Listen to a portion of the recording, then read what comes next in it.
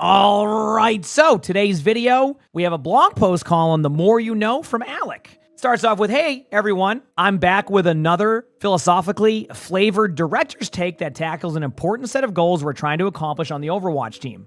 More transparency, more information, and more power to you. First of all, that sounds great. I like more information, more data, etc.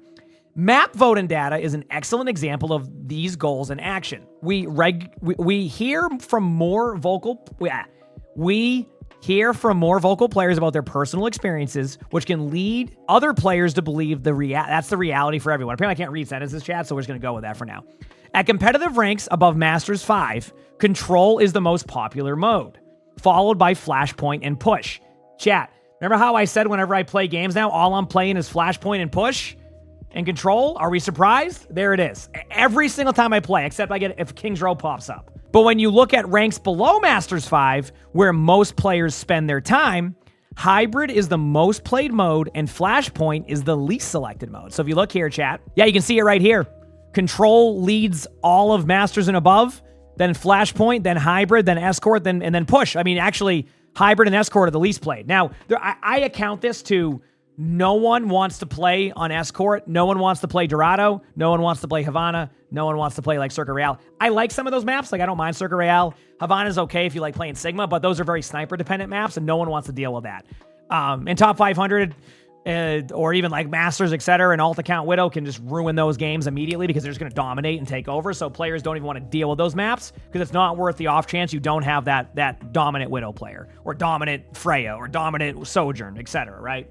So, and then Flashpoint can play really well. But then you look on the opposite side here, so below Masters, it looks like Hybrid and Escort absolutely dominate the graph. It's not even close. Like, look at this. Like, it's not even, just well above and beyond. Flashpoint doesn't even get voted for, and then Push is a little bit less than that, and then Control is right there. So, it's so funny how that works, because I was talking about how it really feels like in top 500, I'm always playing Control. I'm always playing Flashpoint. And then on the opposite side, people are like, I never get Flashpoint. And the data is showing that's true on both sides. So there you go. Which comes to the next question here.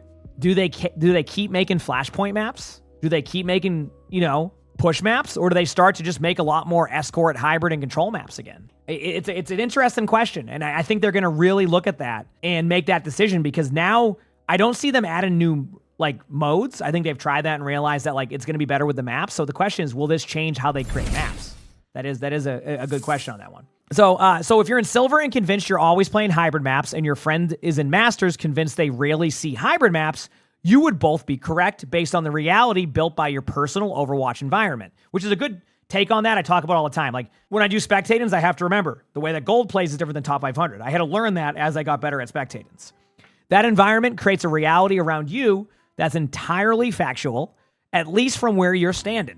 This is something we've often considered when implementing improvements and changes to Overwatch. Some changes like balance tuning might feel odd if you aren't in the rank threshold we are targeting with a specific adjustment. With that in mind, we've been thinking about what we can do to broaden your perspective. Well, one thing is, when you do your changes and you don't tell people that you're doing your changes because of this, all you can do is assume, if they keep buffering a Orisa or a Sojourn, you're like, what's going on? Why are you doing that? But if you say, hey, by the way, the win rate of Sojourn is horrendous in this rank, and we had to do this, this, and this, and we're seeing this, it's a lot easier to understand that.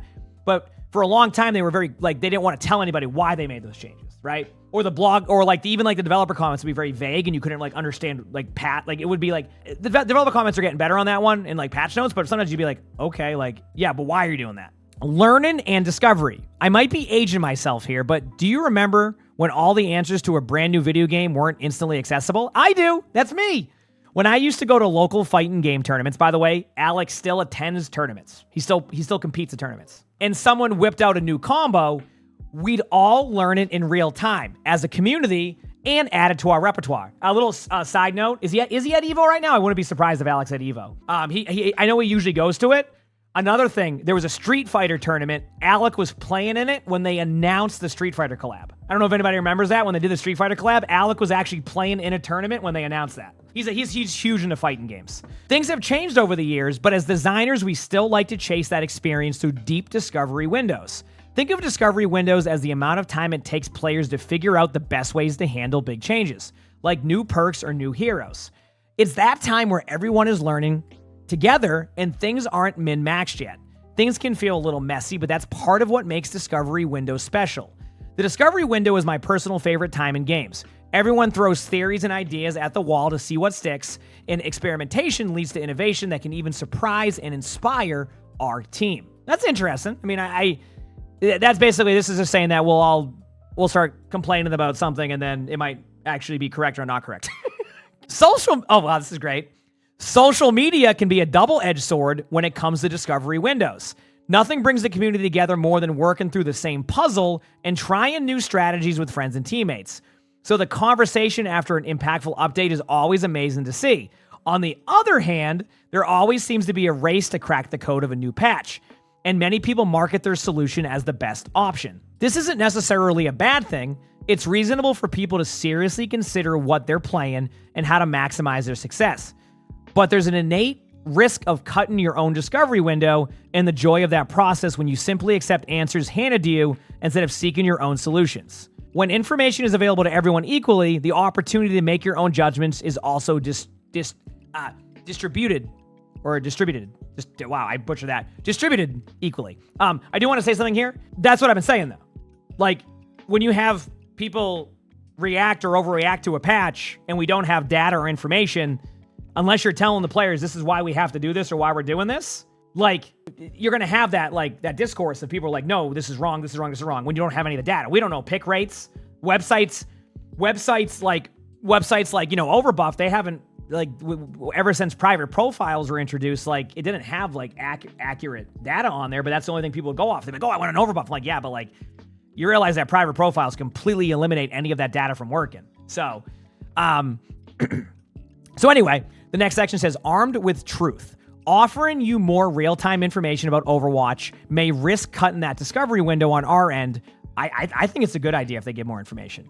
But our team is willing to take that risk in hopes that providing more visibility leads to a deeper understanding of what we do and why we do it. Is there a way to do that by making the discovery window easier to navigate? We think so. An upcoming website we've been working on with battle.net called Hero Stats will also offer information many of you have been fiending for. Win rates, pick rates, and other deep dive data will soon be available for everyone to analyze, and we can't wait to see what the community does with all those beautiful numbers. Here's a sneak peek from the team with placeholder data. Finally, chat, we are here. It has happened. I did not know that. Well, we knew they were working on something because Gavin mentioned it during, like, the Spotlight interview, but we didn't know what it was going to look like. It is finally happening. It has all regions. It has input. It has maps. It has everything that I would want in this situation. Would it be even cooler if you could log on to Battle.net and get all this data about you? Actually, can you? Because if it's linked to Battle.net, could you log into your Battle.net and get the data for yourself? That'd be so cool. Oh, I would love that. I don't know if they're going to do that, but that's a suggestion. Imagine being able to, like, log on your own, like, through your own Battle.net and see your map win rates on here so you don't have to, like, that would be cool. That would be cool if they allow for that. Again, I don't know if they do, but if they said they're working with Battle.net, technically you could log into Battle.net and maybe it will do that. We'll see. We'll see. In addition to being able to source data online, we're also keen on giving you more information inside Overwatch. We don't want to give away too many Season 18 spoilers away, but one feature we think you'll be really excited about is the advanced info panel. Ever wondered about the fall-off range of Cassidy's weapon or the exact amount of headshot damage Hanzo's Stormbow does? You'll soon be able to find that without leaving the game client. Ooh, that's what Gavin's working on. Our next developer update will have all the details. As a bonus, seeing the same concrete data our development team uses may help you better understand balance changes in tuning that might not directly apply to your personal Overwatch environment.